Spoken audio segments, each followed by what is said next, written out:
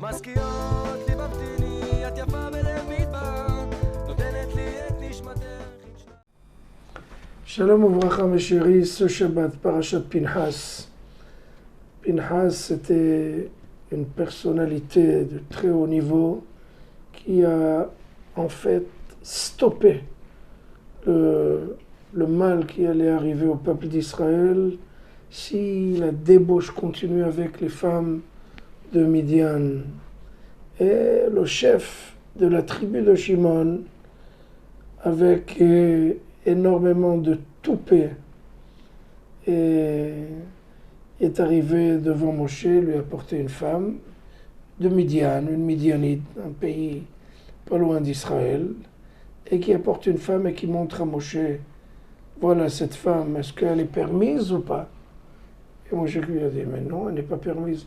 Ah, elle n'est pas permise, rappelle-moi avec qui toi tu t'es marié. Tzipora, c'est aussi une femme de Midian.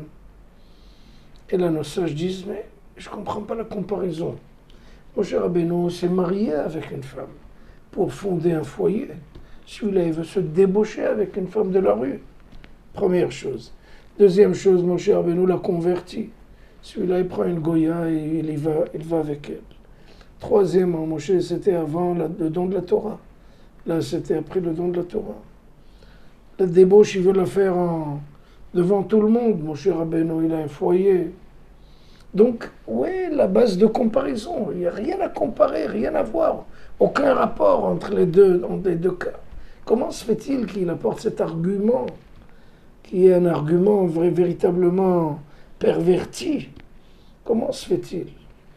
Eh bien, quand on a des intérêts, quand on est corrompu par des intérêts, quand on voit des bénéfices, au nom du Père, du Fils et du Saint-Bénéfice, alors on voit pas justement juste, on voit tout de travers.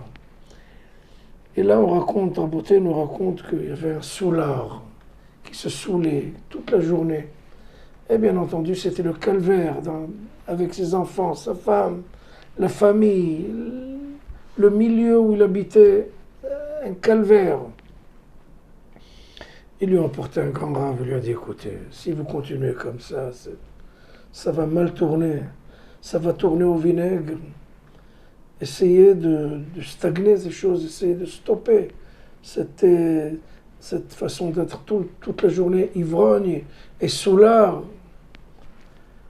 Alors, il a dit, écoutez, donnez-moi un conseil, comment je vais faire, j'ai du mal, je suis addicté. Ils lui ont dit, écoutez, vous pouvez continuer à boire, mais toujours avec un ami. Ne buvez pas seul à la maison. Invitez toujours un ami, et ça va passer de 3-4 bouteilles à 3-4 verres. C'est toujours ça de gagner. Ok. Il attendait, il invitait à chaque fois un copain, un ami, un voisin pour boire un coup, boire un verre ensemble. Et bon, Hachem, ça s'est limité. Comme je dis, c'est plus des bouteilles, mais des verres. Un jour, il a attendu un ami, il a eu des problèmes pour arriver, les embouteillages. Le mec, il passait du balcon au salon, du salon au balcon. Il attendait, il était tout excité, tout assoiffé. Et il a décidé d'abord de remplir 2 verres. C'est toujours ça de gagner.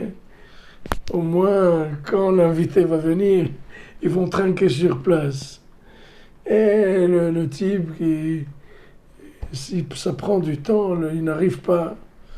Il est rentré à la maison du balcon au salon, il voit une mouche sur son verre de whisky.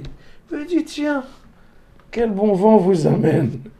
J'ai pas vu que vous êtes rentré à la maison, excellent, bon, on va trinquer. La mouche et le type, bon, il prend le verre, son verre, il le boit, il dit, ah, je vois que la mouche n'aime pas trop de whisky, ben je vais le boire pour vous. Et il l'a bu. Bon, est-ce que c'est à ça qu'on fait allusion, c'est les rabbins? Non. Mais il est tellement corrompu, il cherche, il est tellement assoiffé que toutes les raisons peuvent être justes et raisonnables pour lui. Mais normalement, il n'y a rien à comparer. Une mouche, ce n'est pas un invité. C'est exactement ce qu'a fait Zimri Ben Salou. Il était tellement enthousiaste, avec son enthousiasme de faire une bêtise avec une femme de la rue, se débaucher. Eh bien, il a eu le toupet, l'audace de comparer ça avec Moshe Rabbeinu, qu'à Dieu ne plaise.